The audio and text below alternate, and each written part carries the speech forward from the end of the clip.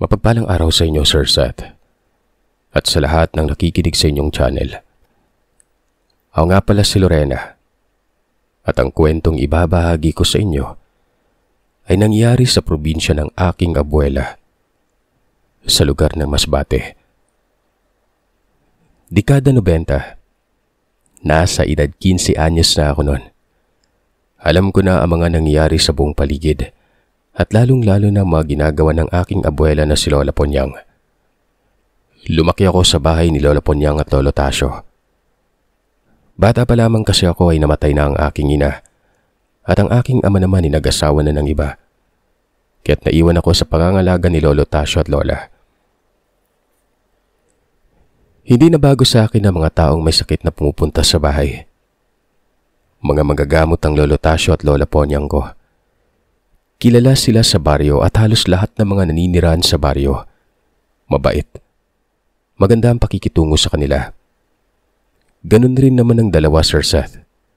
Mabait ang pakikitungo nila sa mga kapitbahay, at yun din ang tinuturo nila sa akin. Pero ayon kay Lolo Tasio, huwag raw ako maging masyadong mabait dahil minsan sinasamantala na ng ibang tao at inaabuso ang kabaitang pinapakita sa mga ito. Dapat ay marunong umano akong tumingin kung karapat-dapat respetuhin ng isang tao. Konting pagpapaliwanag ko lang po sa bahay na tinitirahan namin noon. Maglalakad muna ako na mahigit 15 minuto mula sa bungad ng baryo patungo sa bahay. Nasa liblib pa kasi ng baryo nakatira ang mga magulang ng aking ama ng mga panahong ito. Ang bahay nila ay simentado, kalahating parte mula sa paanan ng lupa. Kawayan naman na pinagdikit-dikit ang kalahating dingding pataas nun. Yung bubungan naman ay gawa na sa yero. May silong din na sa tansya ko noon ay mga nasa 2 metro ang taas. Isang araw, kasalukuyan kaming naglalakad ni Lola Ponyang pauwi sa bahay nang may makasalubong kaming hindi gaanong katandaang babae. Matalim itong tumitig kay Lola Ponyang, habang bumubuka-buka ang bibig na parabang may sinasabi noon.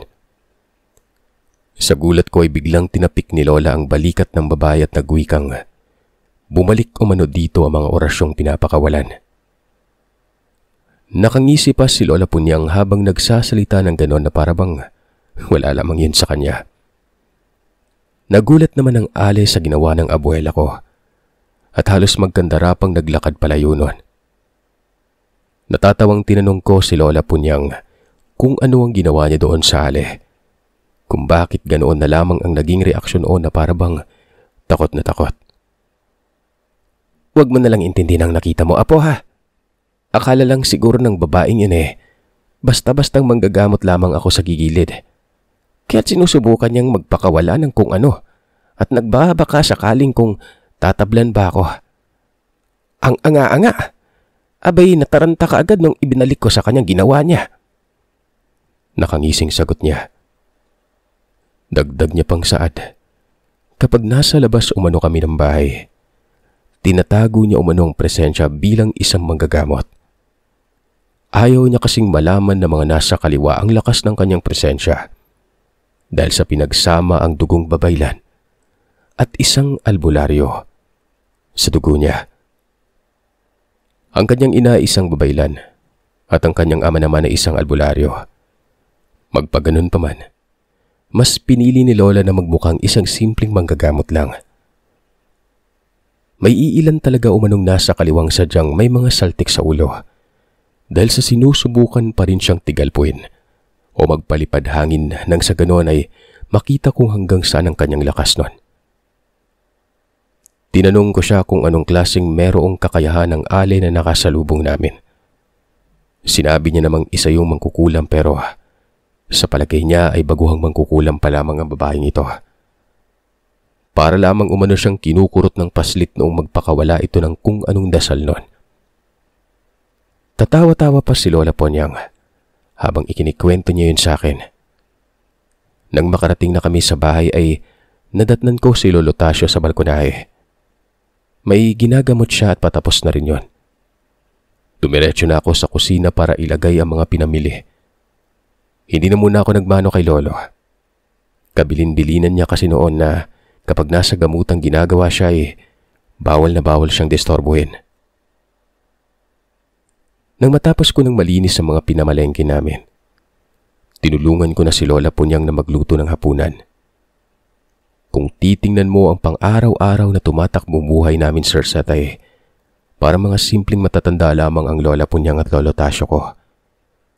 Pero sa kabila ng pagiging simple nila, masasabi kong kayang-kaya pa nila makipagsagupa sa mga nilalang na hindi kayang kalabanin ng mga pangkaraniwang tao.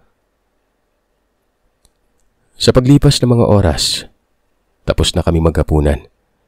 Nagpahangin na muna kami sa balkonahe habang ikinikwento ni Lolo Tasyo ang tungkol sa mga ginamot niya ng araw na yon.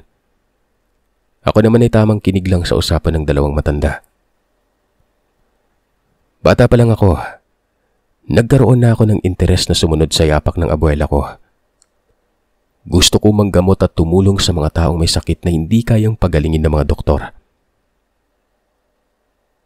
Maya-maya pa, nagulat na lamang ako nang sabihin sa akin ni Lolo Tasyo na pumasok na raw kami sa loob ni Lola Punyang.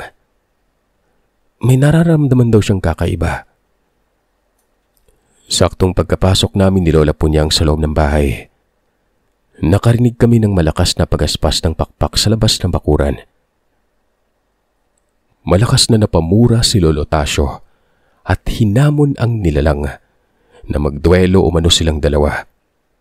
Hindi yung nananakot at nagmamanman lamang ito, dahil kahit na anong gawing pagmamanman umano ng aswang, ay wala itong magagawa at walang makukuhang impormasyon mula sa kanila. Sinaway naman ni Lola Punyang ang abuelo ko at sinabihang baka napadaan lamang daw ito. Sumagot naman si Lolo Tasyo sa kanya at sinabihang malakas ang hinala niyang hindi isang aksidenteng napadaan lamang ang nilalang na yon. Dahil malakas ang kutob niyang ito ang nilalang na nagbigay ng sakit doon sa paslit na ginamot niya. Natigil lamang ang diskusyon ng dalawa noong tumahimik ng buong paligid. Bagyapang natawa si Lolo Tasyo at nagwikang mukhang natakot umano ang mga nilalang sa ginawa niyang pangahamon. Alam mo po, kahit na makaramdam ka ng takot ay huwag kang magpahalata. Dahil karamihan sa mga kalaban ngayon, oras na maramdaman nilang natatakot ka, kukunin nila ang pagkakataon para tuluyan ka nilang maisahan at matalo. Diyos miyo kang matanda ka. Pati ba naman yung apo mo pagsasabihan mo pa ng ganyan? Manahimik ka na nga kung wala ka man lang sasabing matino. Sandaling ginulo ni Lolo Tasyo ang buhok at sinabihang pumasok na ako sa silid ko at matulog na. Huwag ko na lamang umanong intindi ng Lola Punyang ko dahil umiral na naman ang pagiging bungangera niya. Kayo hulo, hindi po ba kayo matutulog na ni Lola Punyang? Si Lola Punyang mo, papatulugin ko na to para matahimik na yung bahay. Ako naman ay mamaya-maya pa dahil aabangan ko yung aswang baka bumalik gumante. Nang gabi niyon ay nakatulog naman ako na maayos. Sa tingin ko hindi naman bumalik ang nilalang dahil tahimik naman ang buong kabayan sa magdamag na ito. Kinabukasan, pasado 1:00 ng hapon noong marinig ko si Lola Tasyo nang magpaalam kay Lola Punyang. Tinanong siya ni Lola kung saan siya pupunta gayong araw naman ng linggo noon at wala silang mga panauhing ginagamot.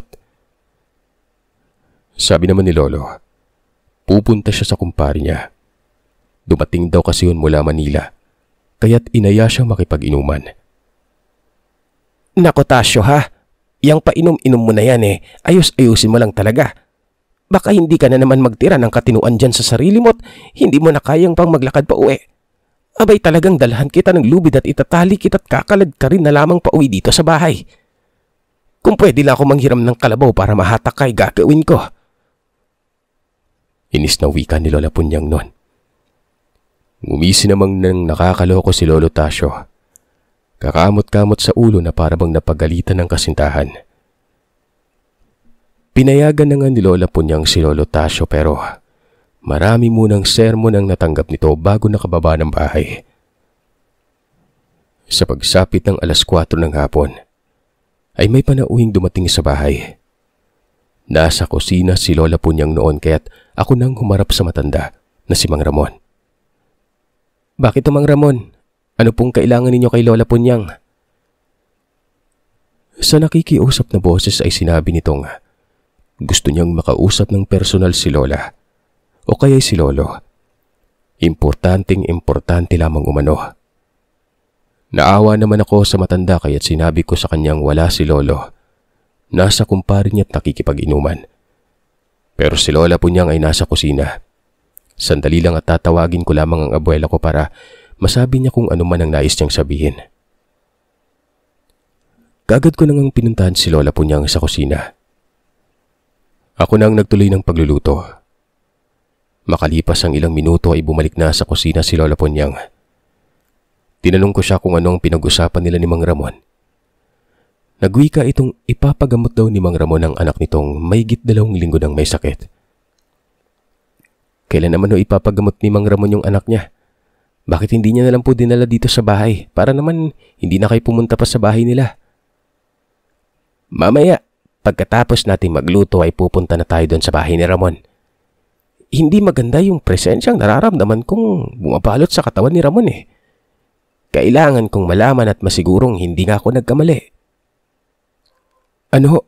Ngayon na talaga? Tumango si Lola at sinabihang dalian ko na ang pagluluto para makaalis na kami. Ihahabilin niyo na lamang sa kapitbahay namin kung sakaling darating si Lolo Tasio at hindi pa kami nakakauwi. Sabihin ditong nasa dulong baryo kami at ginagamot ang anak ni Mang Ramon. Kakamot-kamot naman ako sa ulong tumango na lang. Hindi naman kasi pwedeng hindi ako sumama sa kanya dahil walang aalalay sa kanyang magbitbit ng mga kagamitang gagamitin sa panggagamot. Makaraan ng ilang minuto, natapos na kami sa pagluluto. Nagbihis na ako para makaalis na. Sa tansya ko ay mag-aalas 5 na noon bago kami naglakad ni Lola. May kalayuan sa bahay namin ang bahay ni Mang Ramon. Siguro aabot ng kalahating oras din ang lakaran. Nang magpatuloy na kami sa paglalakad, may napansin akong babae sa hindi kalayuan. Para itong pulubi at buwagag ang mga buhok. Nakatingin ito sa gawin ni Lola. Matalim na nakatitig nun. Biglang sumagi sa isipan ko ang tungkol sa matandang babaeng nakasalubong namin nung nakaraan. Yung sinabi ni Lola Punyang na bago ang mangkukulam. Sa isip-isip ko, parang magkatulad sila nitong babaeng ito. Tinitigan kong maigi ang matandang pulubi. Pero sa hindi sinasadya ay nagtama ang paningin naming dalawa. Doon ay nakaramdam ako ng pagkahilo. Para bang masusuka ako sa hindi malamang dahilan. Dali-daling tinapik ni Lola Punyang ang malikat ko at may ibinulong siyang orasyon. Pagkatapos ay hinipan ng ulo ko, pinagpagan na para bang may marumi siyang nakikita nun. Lola, tara na po. Bilisan na nating maglakad. Sandali lang, Apo. Huwag kang magmadali at baka matalisod ako sa ginagawa mo. Pasensya na po. Magdidilim na po kasi. Baka anong oras na po tayo makakauwi sa bahay mamaya kapag magbagal pa tayo sa paglalakad. Pagkukunwari kong saad nun. Hindi ko maaaring sabihin sa kanya na natatakot ako dun sa babae. Tumawa lang naman si Lola Punyang at sinabing dati-rate palagi naman kaming ginagaming umuwi kapag nanggagamot.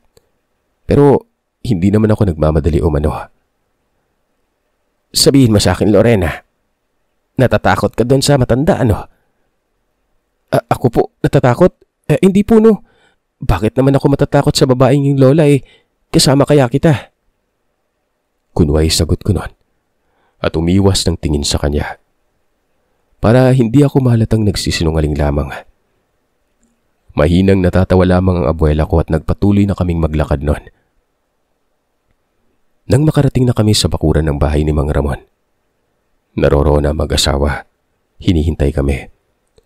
Humingi naman ng tawad si Lola Punyang dahil medyo natagalan raw kami sa pagpunta dahil tinapos pa namin ang pagluluto sa hapunan. Pasensya na po, Lola Punyang, kung alanganing oras ko na po kayo napuntahan. Nadistorbo ko tuloy yung pagluluto nyo, sabi ni Mang Ramon. Ay sos, ano ka ba? Wala iyon. Alam mo namang para sa aming mga manggagamot importante sa amin ang kalagayan ng taong gagamutin namin kesa sa ibang bagay. Pagpasok namin sa loob ng bahay, nakita ko si Lola Punyang na talagang napasign of the cross noon at saglit na huminto sa pintuan. Bumulong-bulong ito tapos umihip sa kawalan bago nagpatuloy sa pagpasok. Makaraan ng ilang sandali, nung sinusuri na ni Lola Punyang ang batang ilang linggo nang pabalik-balik ang sakit, napakunot noo siya at nagtatakat na papailing na nagpapatunog ng bibig niya na tila ba isang butike nun. Sinasabi ko na nga bang tama ang hinala ko. May sumalbahe dito sa anak niyo. Nagtataka namang nagtanong ang ina ng paslit kung ano ang sinasabi ni Lola Punyang. Pakilinaw umano dahil hindi niya naiintindihan. Hinarap ni Lola Punyang ang mag-asawa at tinanong kung may naririnig o napapansin ba silang kakaiba sa paligid, lalo kapag magdadapit hapon na. Sumagot naman si Aling Matilda at sinabing tuwing tumataas umano ang lagnat ng anak niya, may naririnig siyang tunog ng ibon at umiikot-ikot yun sa bakuran ng kanilang bahay. Dati-rati naman walang ganon. Maliban doon wala na silang ibang namamatyagang kakaiba. Inaaswang ang anak ninyo, kaya hindi gumagaling ang lagnat niya dahil namarkahan siya at maging kayong mag-asawa, namarkahan din. Nagulat naman ang mga magulang ng paslit nang marinig nila ang sinabi ni Lola at nagkatinginan. Si Mang Ramon na ang naglakas ng loob na magtanong kay Lola Punyang. Tinanong niya ito kung ano ang sinasabi nitong namarkahan silang magpamilya. Wala naman kaming nakikita o nararamdamang may aswang sa paligid ng bahay. Paano niyo nasabing namarkahan kami? Tanong ni Mang Ramon. Hindi porket wala kang nakikita o nararamdamang kakaiba, magiging kampante ka na sa paligid. Alam naman nating lahat na umiiral pa rin sa panahon ngayon ang mga aswang at iba pang nilalang. Kaya hanggat maaari ay huwag niyo munang ilabas ng bahay ang anak ninyo. Dahil mabango yan sa kanila. Paslit yan may sakit pa. Dagdag pa ni Lola. Huwag din umanong mag-alala mag-asawa dahil aalisin niya ang marka ng mag-asawang ito. Sa ngayon ay gagamutin niya na muna ang paslit para tuluyan na itong gumaling. Humingi naman ng payo si Mang Ramon kung ano ang dapat gawin para maiwasan ng aswang at nang sa ganun rin ay hindi na sila nito mamarkahan. Ayaw na rin umano nilang maranasan muli ng anak nila o sino man sa pamilya nilang mamarkahan at mabigyan ng sakit noon. Tinuruan sila ni Lola Punyang kung ano mga dapat gawin at kung ano mga pangontra na pwedeng isabit sa pintuan. Matapos silang turuan ay naglagay ang abuela ko ng kapirasong luyang hiniwa sa bulsa ng bata at sinabihan na mag-asawa na huwag pawalaan ng luya sa bulsa ang anak nila. Nang sa ganon ay hindi ito malapitan at maamoy ng nilalang. Bagong salta lamang kayo dito, Ramon. Kaya hindi na bago sa akin na isa kayo sa pwedeng biktimahin ng mga ganito. Mabuti nga't naalala mo akong lapitan dahil kung hindi, naku, tiyak akong may kalalagyan niyang anak ninyo. Gustong-gustong kunin Gaya ng sabi ni Lola, bagong salta lamang ang mag-asawa. Wala pang 2 buwan ang mga itong naninirahan, kaya't siguro ay hindi nila alam na may ganito sa lugar. Baka natsyempuan sila o kaya naman ay naamoy ng mga yon. Matapos gawin ni Lola Punyang ang paglalagay ng mga pangontra, inumpisa niya ng ginamot ang paslit. Sinunod niya naman ang mag-asawa at tiningnan niya rin ang 2 pa nitong anak. Habang ginagamot niya nga ang buong pamilya, ay napapailing pa siya at nagwikang napakatibay umano ng sikmura ng aswang dahil sa talagang buong pamilya ang gustong biktimahin nito. Hindi man lang nangingiming mag-alinlangan. Madilim na nang matapos manggamot si Lola. Mahigit 7:00 na yon. Kaagad na nagpaalam kami dahil ang balak ni Lola Punyang ay dadaanan na lamang namin si Lolo Tasio sa bahay ng kumpare nito. Baka sakaling naroroon pa. Nagpresenta naman si Mang Ramon na ihatid kami pauwi sa bahay. Pero tumanggi si Lola at sinabing delikado na kung lalabas pa ito dahil hindi niya pa ito nagawa ng pangontra. Gagawa pa kasi siya ng pangontra para sa mag-asawa nun. Hanggat maaari, huwag na muna silang magpaabot ng dilim sa labas habang wala pang pangontrang ito. Sigurado na po ba kayong hindi na kayo magpapasama? Ay nakong bata ka. Sanay na kaming umuwi ng alanganing oras nitong apo ko kaya ayos lang. Huwag na kayong mag-alala pa. Oo siya, sige na.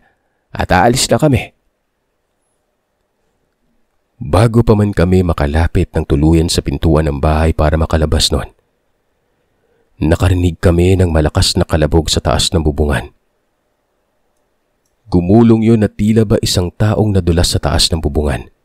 Hanggang sa ayon, bigla na lamang lumagapak sa lupa. Akmang lalapit na sana sa pintuan si Mang Ramon pero mabilis siyang pinigilan ni Lola Punyang at sinabihang huwag buksan ang pintuan. Abay, nandyan na yung bisita nyo. Napaaga ata. Ang akala ko pa naman ay sa mga sumunod pa na araw yung punta nito eh. Abay, naabutan pa kami. Hindi na ako nagtanong pa sa sinabi ni Lola. Alam ko na yung tinutukoy niya. Maya-maya ay nakarinig na kami ng malakas na angil ng animoy malaking pusa at malakas na hinampas ang dingding. Parang nagwawala sa labas nun. Sandali ko pang naramdamang umalog ang munting bahay ni Mang Ramon. Aakalain mong may lindol na mga sandaling yon. Kahit papano, kinikilabutan pa rin ako noon. Nasa isip ko noon ay baka pumasok sa loob ng bahay ang nilalang. Kinalabit ako ni Lola Ponyang at tinanong kung ayos lang daw ba ako. Natatakot man ay tumango ako sa tanong ni Lola. Nang sa ganon ay hindi na ako makadagdag pa sa alalahanin niya. Sinabi niyang huwag ko umanong alalahanin ng nilalang na nasa labas ng bahay. Dahil kahit anong pagpupumilit ang gawin itong makapasok sa loob noon ay hindi yun makakapasok. May mga pangontra na umano ang buong bahay noon. Masasaktan lamang ang nilalang na ito kapag nagpumilit pa. Pero Sir Seth, hindi pa man tapos magsalita si Lola. Ayun na, humuni yung wakwak nun. Gigil na gigil yung paghuni. Napamura si Lola at nagwikang napakatigas talaga umano ng bungo nito. Pinagsabihan niya na nga ito sa pamamagitan ng pagpapalipad hangin pero para bang mas lalo niyang hinamon si Lola. At ito na, galit na lumabas si Lola Ponyang. Bitbit ang buntot ng paging pinapahiran ng langis habang naglalakad palabas ng bahay. Ay nako, nagkakamali kang kinakalaban at hinahamon nito. Wika ni Lola. Paglabas ni Lola ay isang malakas na pag-atungal ang narinig ko. Kaya napasilip na ako sa labas ng bahay. Sa pamamagitan ng bintanang may maliit na siwang. Nung makasilip nga ako at nasanay na sa dilim ang mga mata ko, malinaw kong nakita ang karap ni Lola. Yung matandang babaeng nadaanan namin kanina sa gilid ng daan. Nakatayo ito na parang kuba. Nakabuka ang dalawang braso na animoy susugot. Nagbabaga ang mga mata at walang hinto ang pagtulo ng laway sa bibig. Napakabaho din ang hangin ng mga panahon na ito. Sa bawat pagdampi ng hangin ay nalalanghap ko ang amoy na yon na parabang may nabubulok na patay na hayop. Natatakot ako para sa lola ko at baka ano ang mangyari sa kanya. Nang sa walang ano-ano ay bigla na lamang siyang sinunggaban ng nilalang. Dali-dali naman akong sumigaw at sinabi kay Lola na bumalik na ito sa loob ng bahay. Pero hindi niya ako pinakinggan. Sa halip, nagpangbuno silang dalawa. At kapag nakakabawi si Lola Punyang ay kaagad niya namang hinahambalos ng malakas ng buntot ng paging hawak niya ang nilalang. Hanggang sa maya-maya pa, bigla nalaman nitong tinalunan si Lola. Dinumog. Sasaklolo sana si Mang Ramon noon pero pinigilan ito ng asawa at pinaalala ang kabilin-bilinan ng lola ko. Wala akong nagawa. Ako na lang ang naglakas loob. Kiduha ko kay Mang Ramon ang itak at lumabas ng bahay para saklolohan si Lola Punyang. Patakbo akong lumapit sa abuela ko at walang pag-aalinlangang hinataw ng itak ang nilalang na nakadagan kay Lola. Pero sadyang napakalakas ng nilalang na ito dahil hindi ko man lamang yun napuruan. Nakailang taga pa ako pero wala. Tumatalbog lamang ang itak na hawak ko tuwing sinusubukan kong tagain ang nilalang na yon. Nakawala naman si Lola Punyang mula sa pagkakadagan ng aswang. Kaya nga lang sa kamalas-malasan eko naman ang hinarap ng nilalang na ito. Dahan-dahan akong napaatras.